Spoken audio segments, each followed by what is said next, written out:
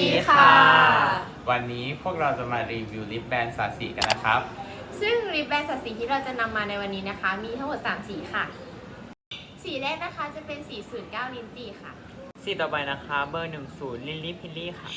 สีสุดท้ายนะคะก็คือ 12 นะคะสวีทพลัมนั่นเองค่ะ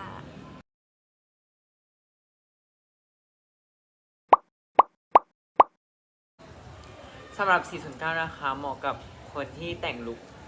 นิวทรัลและเบอร์ 1012 เหมาะกับคูลโทนค่ะ อย่าลืมกดไลค์แล้วก็กดติดตามให้พวกเราด้วยนะคะ บ๊ายบาย